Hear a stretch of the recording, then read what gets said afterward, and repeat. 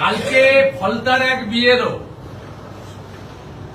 তাকে তুলে নিয়ে যাওয়া হয়েছিল, 4 ঘন্টা খুঁজে পাওয়া যায়নি। রাত্রে তাকে এনে ভিডিও করা হয়েছে যে আমি সুস্থ আছি, ভালো আছি, আমি ঠিক মতো বিয়ের হতে।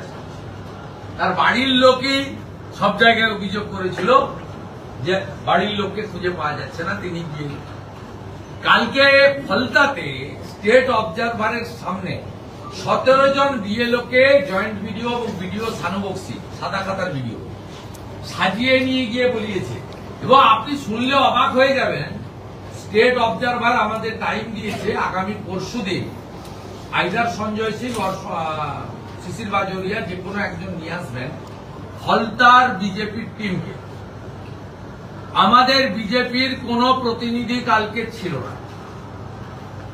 একজনকে বিজেপি সাজিয়েছে, একজনকে সিপিএম সাজিয়েছে, একজনকে কংগ্রেস সাজিয়েছে, দিয়ে অল পার্টি মিটিং করে দেখিয়ে দিয়েছে যে এভরিথিং ইজ গুড এবং স্যাটিসফ্যাক্টরি ম্যানারে সব কাজ চলছে।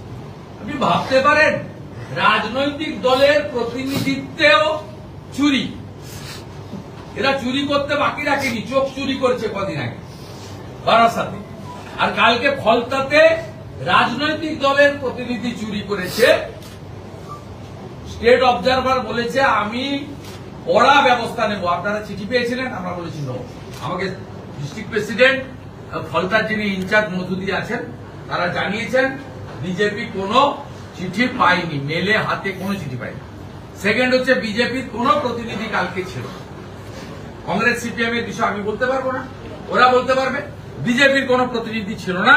তার মানে বুঝতে পারছেন কি ধরনের চুরি হচ্ছে। এবং 26, 27, 28 যে 1,25,30 লক্ষ এন্ট্রি হয়েছে, এর মধ্যে মিনিমাম 30-40 লক্ষ যাদের হিয়ারিং এ ডাকা উচিত ছিল বা নাম থাকা উচিত ছিল না, অর্থাৎ আনম্যাচ ডেট এবং শিফট লোকের ওটিপি নিয়ে বিএলওদেরকে দিয়ে জোর করে এন্ট্রি করিয়ে দিয়েছে এরা।